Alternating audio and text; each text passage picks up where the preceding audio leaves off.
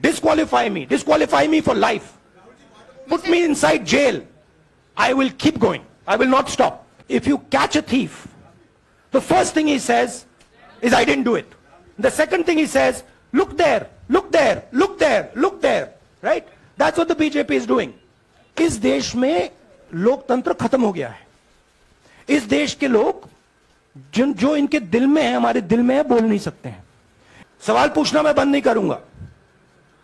नरेंद्र मोदी जी का अदानी के साथ क्या रिश्ता है और 20,000 करोड़ रुपए किसके हैं, मैं पूछता जाऊंगा. मुझे कोई डर नहीं लगता इन लोगों से. और अगर ये सोचें कि मुझे डिस्क्वालीफाई करके, धमका के, जेल में डाल के मुझे बंद कर सकते, नहीं, मेरी वो हिस्ट्री नहीं है. मैं हिंदुस्तान के लोकतंत्र के लिए लड़ रहा हूं और मैं हिंदुस्तान के लोकतंत्र के लिए लड़ता रहूंगा. किसी चीज से नहीं डरता हूं. यह सच्चाई है. बीजेपी के नेताओं का काम यही है. देखिए, वो सब नरेंद्र मोदी जी से डरते हैं. कारण आप जानते हो. नरेंद्र मोदी जी ने कहा कि देखिए, ध्यान हटाना है. वो सब जानते हैं अदानी जी और नरेंद्र मोदी जी का रिश्ता. सारे के सारे जानते हैं क्या रिश्ता है, सब जानते हैं, मगर डरते हैं. तो अगर नरेंद्र मोदी जी ने उनसे कहा कि भैया ध्यान उधर करो, ध्यान उधर करेंगे.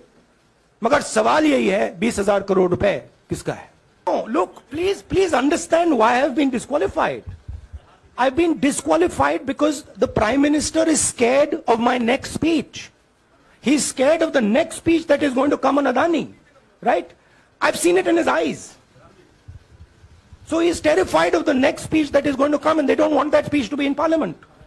That's the issue. That is why first the distraction, now the disqualification. Please don't be confused about this matter.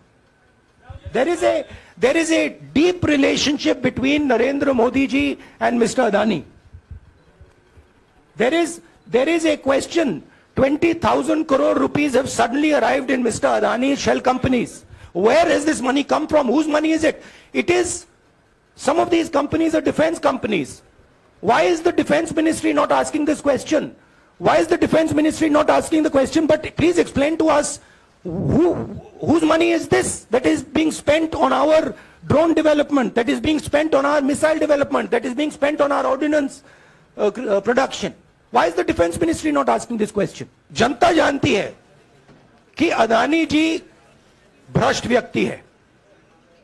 अब जनता के माइंड में यह सवाल उठा है कि इस भ्रष्ट व्यक्ति को हिंदुस्तान का प्रधानमंत्री क्यों बचा रहा है.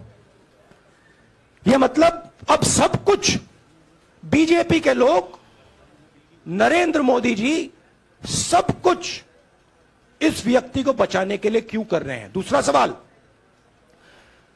बीजेपी के लोगों ने कहा कि अदानी पर आक्रमण देश पर आक्रमण है. मतलब इनके माइंड में देश अदानी है और अदानी देश है. बात समझिए.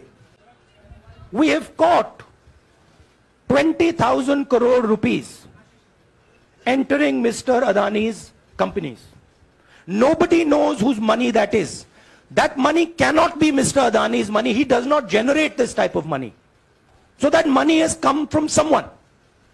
All this, OBC, disqualification, anti-national, all this is to distract from the panic that the Prime Minister is feeling, that his relationship with Mr. Adani is going to be exposed. Let me tell you, that relationship is going to be exposed. Nobody is going to stop that. It is going to happen. Because the opposition is going to press this thing until we find the answer. इस देश में लोकतंत्र खत्म हो गया है. इस देश के लोग जो इनके दिल में है, हमारे दिल में है, बोल नहीं सकते हैं. इस देश के इंस्टीट्यूशन पर आक्रमण हो रहा है. और उस आक्रमण का मैकेनिज्म क्या है?